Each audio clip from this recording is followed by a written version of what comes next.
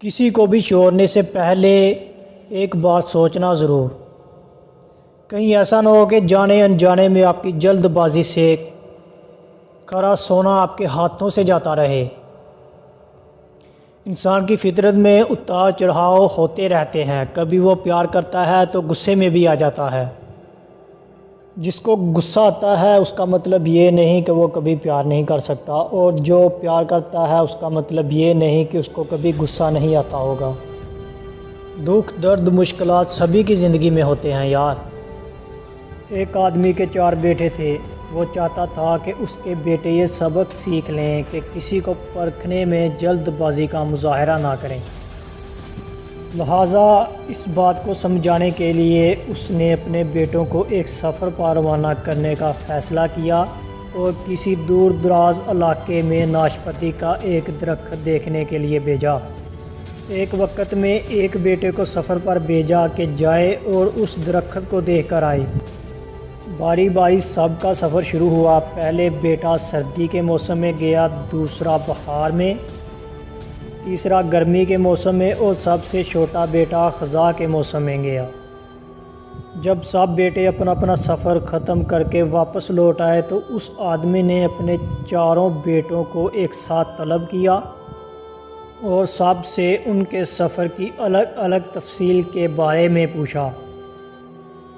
پہلا بیٹا جو جاڑے کے موسم میں اس درخت کو دیکھنے گیا تھا، اس نے کہا کہ وہ درخت بہت بدصورت، جھکا ہوا اور ٹیڑھا سا تھا۔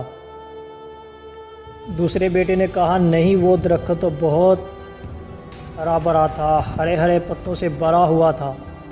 تیسرے بیٹے نے ان دونوں سے اختلاف کیا کہ وہ درخت تو پھولوں سے بھرا ہوا تھا اور اس کی مہک دور دور تک آ رہی تھی، اور یہ کہ اس سے حسین منظر اس نے اس سے پہلے کبھی نہیں دیکھا۔ ان سب سے چھوٹے بیٹے نے اپنے سب بڑے بھائیوں سے اختلاف ظاہر کیا کہ وہ ناشپاتی کا درخت تو پھل سے لدا ہوا تھا اور اس پھل سے وہ درخت زمین کی طرف جھکا ہوا زندگی سے بھرپور نظر آ رہا تھا۔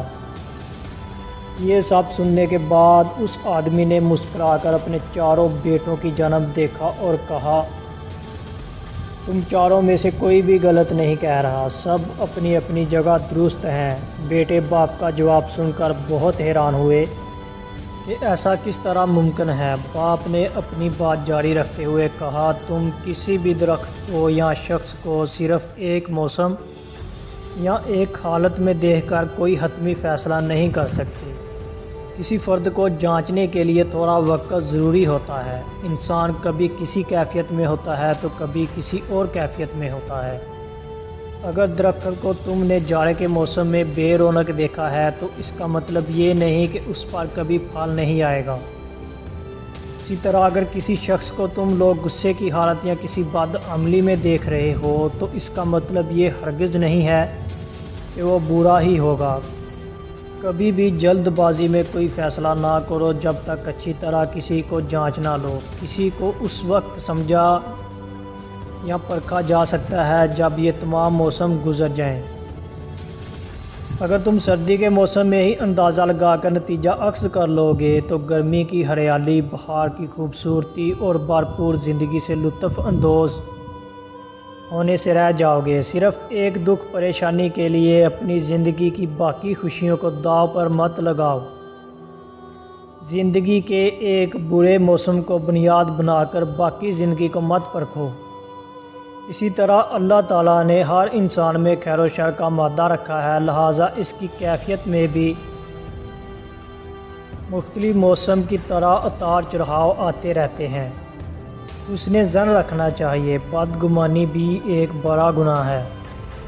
آج مشکلات ہیں تو کل آسانیاں آئیں گی، اگر آج غم ہے تو کل خوشیاں آئیں گی، اور اگر آج کا دن برا ہے تو کل کا دن اچھا ہوگا۔ اور ہمیشہ سے ہی اچھی سوچ رکھنی چاہیے۔